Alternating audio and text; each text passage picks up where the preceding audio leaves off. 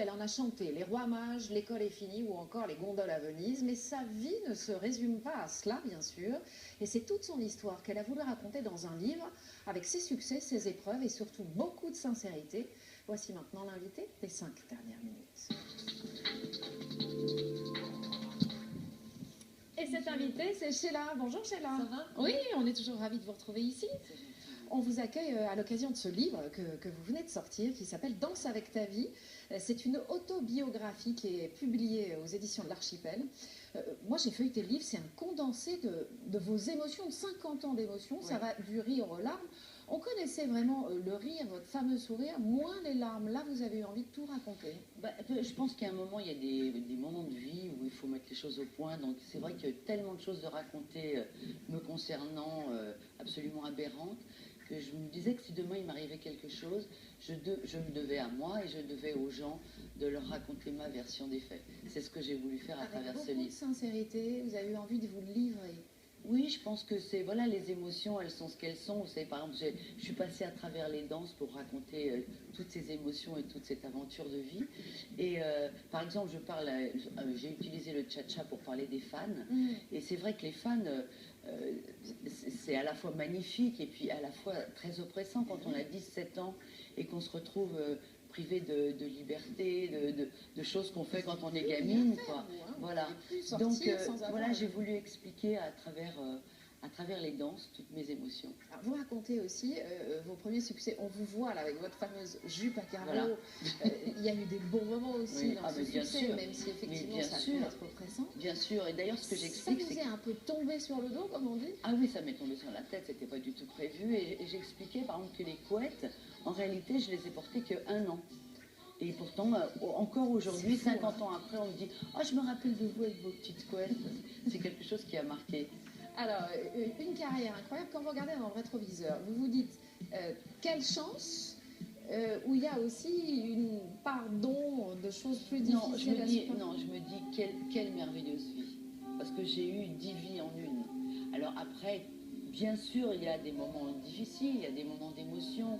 Je crois que mes émotions ont été surmultipliées parce que j'ai des rumeurs, j'étais exposée. J'étais très exposée.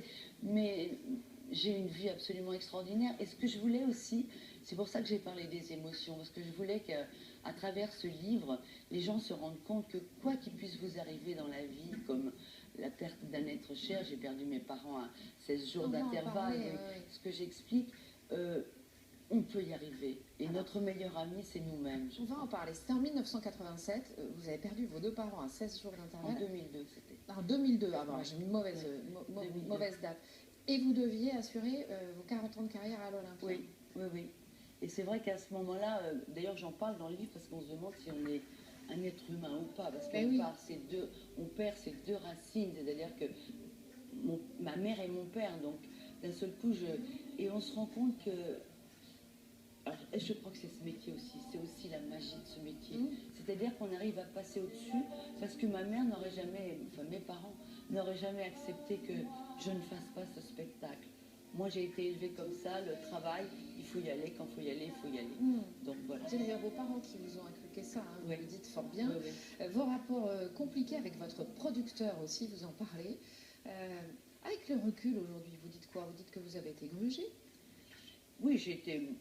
Si on parle financièrement parlant, bien sûr j'ai été grugée, mais bon, c'est ma vie. Peut-être qu'aujourd'hui je ne serais pas comme je suis si j'avais touché l'argent que j'aurais dû toucher. Vous savez quoi, moi je respecte ces 20 ans, 22 ans d'aventure extraordinaire qu'on a vécu tous les deux.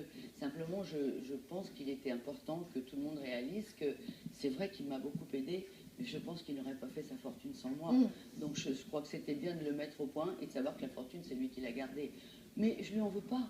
C'est ça qui est important dans le livre. Ouais. Vous parlez aussi de votre fils Ludovic, qui a eu des mots très durs à votre égard. Vous aviez besoin d'en parler manifestement dans le livre. Mais là aussi, on a l'impression que vous ne voulez pas qu'il y ait de ressentiment. Vous voulez mettre les choses au clair. Non, je mets les choses au point parce que c'est assez admissible pour une mère de famille d'entendre son enfant dire qu'il a été abandonné. Inadmissible. Voilà, pour moi c'est inadmissible. Il y a beaucoup de choses qui ont été dites. Je me suis toujours tue. Moi, je ne suis jamais rentrée dans les débats, dans les rancœurs, les journaux. Je trouve que c'est terrible. Pour moi, c'est la presse poubelle, donc je ne veux pas aller là-dedans. Mais par contre, je trouvais que c'était important aussi juste de remettre les choses au point. Parce que s'il y en a un qui a eu beaucoup d'amour, c'est bien lui, donc il faut qu'il l'admette aussi.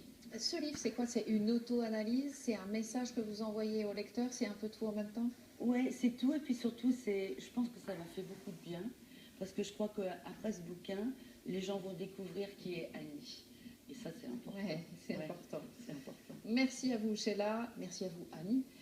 Danse avec ta vie, c'est aux éditions de l'Archipel. Merci infiniment d'être venue sur notre plateau. C'est la fin de cette édition.